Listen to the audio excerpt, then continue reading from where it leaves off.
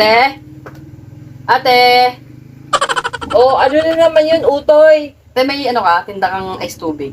Is tubig? Oo. Ay, hindi ako nagtitinda doon. Yelo lang saka mineral water. Ah, wala ka ice tubig? Wala. Ay, sakto te. Nagdala ako ng ice tubig. Ang gagawin ko dyan? Ilalagay mo sa rep mo te.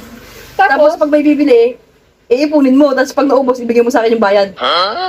kapag din talaga ng mukha nito eh, no? Tapos pag ubos na te, kukunin ko na sa'yo yung bayad. Pero hindi ko kukunin na pera te.